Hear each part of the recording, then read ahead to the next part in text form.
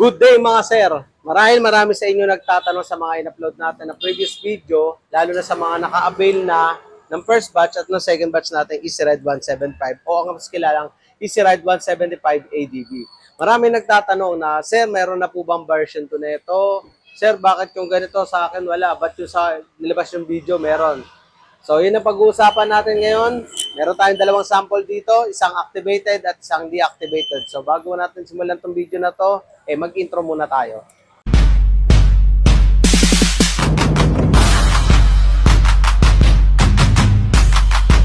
I don't ever slow up, no I don't take shit. I got no love for the fakeness. If you wanna play tough and wanna hate this, I'll always show up.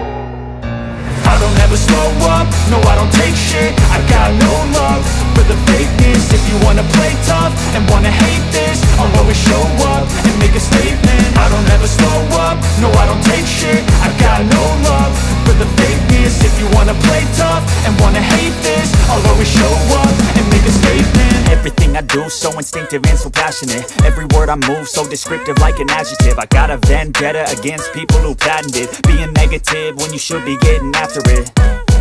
I got facts over tracks, this and that. Spitting slow, spitting fast. I could roast, I could gas. Think I'm okay at last, but I don't know if that can erase all the past. And the pettiness, a reflection of the emptiness. Hilarious, you think you're worth my time, you're delirious. Mysterious, because you hide behind a fake exterior. Inferior, you know I'll always be a bit superior. Get off of me, this ain't no humble brag. I want you to hear words, you can say them back. I want you to feel free from the chains at last, and to believe in what you got, it was built to last, yeah.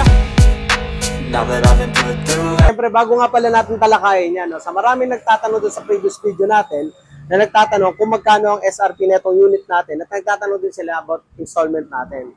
Ang ating EasyRide 175 o mas kilalang EasyRide ADV 175 ay nagkakahalaga ng 87,000 pesos SRP. So, meron tayo rito kodigo kasi hindi natin kabisado yung installment plans ng mga motor natin. So, available siya for regular down payment. Ang regular down payment natin is 10,500. Then, meron siyang 4,141 sa 36 months o sa loob ng 3 taon. At available din siya for 2 years. Which is 5,229 naman ang monthly ninyo sa 2 years. Then, may rebate pa siya pagka on or before due date kayo nakakabayad. Wow naman! Wow! Wow! So sa mga nagtatanong dyan, sir, meron ba tayong mas pinaigsing terms? Yes, meron po tayo. Pwede po kayo magtanong o pumunta sa pinakamalapit na branches natin para magpa-compute. Meron tayo ritong 12 months, 24 months, 18 months, 30 months, up to 36 months. So sa mga nagtatanong dyan, lalo na yung mga suki ni Motorstar, sir, nakabila ko dati sa inyo ng unit, pero meron ding zero interest. Ang tanong, meron din ba zero interest? Low down payment, zero interest. Higher DP, low interest ang unit natin. Yes, sir. Meron po tayo nito. Then, available siya sa 27,900 na down payment. Then, ang magiging monthly mo for 18 months is 3,783. Then, rebated pa po siya ng 400 kung on or before due date kayo makakapagbayad. One eternity later. So, ito nga palang ADV 175 natin is 175 engine displacement, 2 valves, single cylinder, and hindi siya water-cooled o hindi siya diradiator. Air-cooled lang siya. Then, full LED na rin po kanyang mga headlights. So, ganun din sa kanyang mga brake lights at ganun din sa kanyang mga turn signal lights. Meron siyang 365 mm na shock sa likuran. And then, meron din siyang regular telescopic sa harapan. Yan, hindi siya inverted kagaya ng ibang mga adventure bike na nakikita nyo, no? At medyo pricey. Then, meron din siyang regular disc brake, harap at likod. Ito naman yung sa likod. Ayan.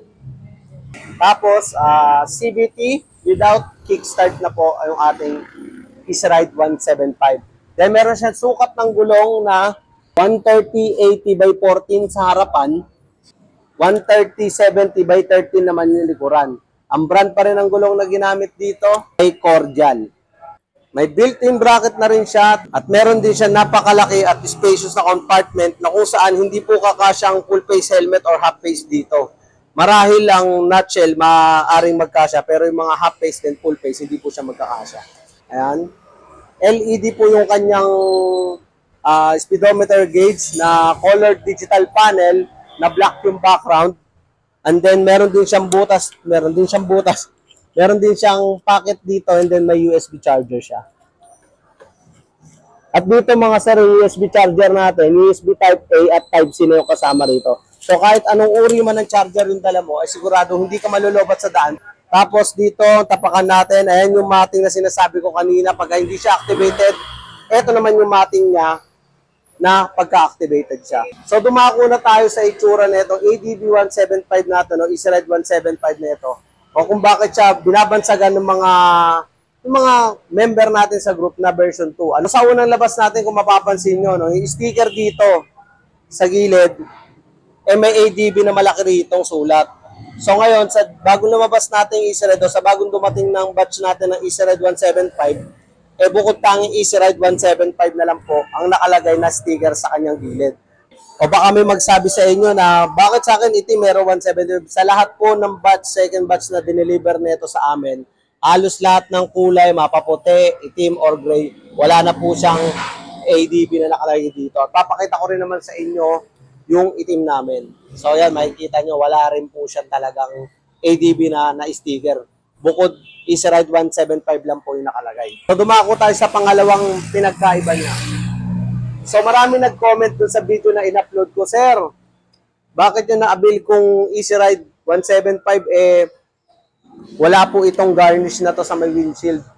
Yun na hindi rin po namin masagot dahil kami mismo nagulat no, dineliver tong second batch sa amin na to. Nagulat kami, binigyan na kami ng ganito. Yan. So sa mga unang batch, sad to say, humingi po ng paumanhin sa inyo na hindi yung kayo nagkaroon ng ganito. And for sure, hopefully sana pagtagal maging available din to dito sa ating MotorStar spare parts. Yan. So ito lang naman. So pinakita ko na sa inyo kung ano namumukod tanging pinagkaiba nila, no? Pwede na!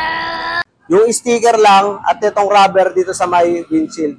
So bukod doon, other than else na binabanggit nila na baka iba na yung makina nito second batch sa first batch, parehas pa rin po. Same GY6 engine pa rin po, panggilid na kagaya na binuksan natin na nakaraan doon sa previous na in-upload natin, same pa din. Specs ng gulong, lahat, brand ng gulong, same pa din. So ito ang itsura niya pag naka-activate, then ito yung itsura niya pag hindi naka-activate. So papakita ko na rin sa inyo dito, no, i-montage ko na rin sa inyo rito, ang itsura pagka may accessories na, o medyo binigyan muna ng luho yung Easy-Ride 175 nyo. Ayan. Ito yung customer natin, kinabitan na niya ng crash guard, auxiliary lights, then yung ating top box. So may kita nyo naman bagay na bagay sa kanya. No? Kulang na lang dito is magandang side mirror. So yan mga sir, napakita ko na sa inyo at na-explain ko na rin sana sa inyo na maayos kung anong pinagkaiba o yung kumakalat na balita na meron ng version 1 o version 2 itong ADB 175 natin. So sa mga nagtatanong sa inyo kung available pa to rito, yes, available pa po rito to. Pumunta lang po kayo rito sa MotorStar 10th Avenue, 6th Avenue, 12 Malabon at saka Nabotas. So sa mga customer natin at sa mga gusto pang kumuha nito, no, wag po tayo masyadong paniwalain sa mga social media na version 2 na to, bago na yung makina, bago na yung something. Pinakita ko na po sa inyo kung ano lang po yung mga nabago. Bubukod tangin, dalawa lang po. Pati dating naman po sa presyo, lahat. Pati installment, parehas pa rin po, wala pa rin po nagbabago. So far, sana na-explain ko sa inyo na maigi. At kung gusto niyo na ma-avail to, kagaya nga na sinabi ko kanina, pumunta lang kayo sa mga branches na binanggit ko or pinakamalapit, or sa pinakamalapit na MotorStar branches dyan sa inyo.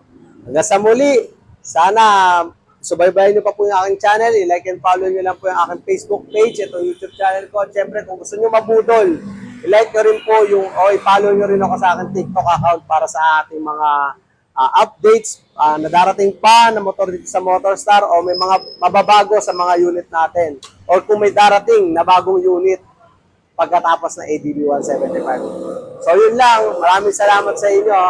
Bye-bye.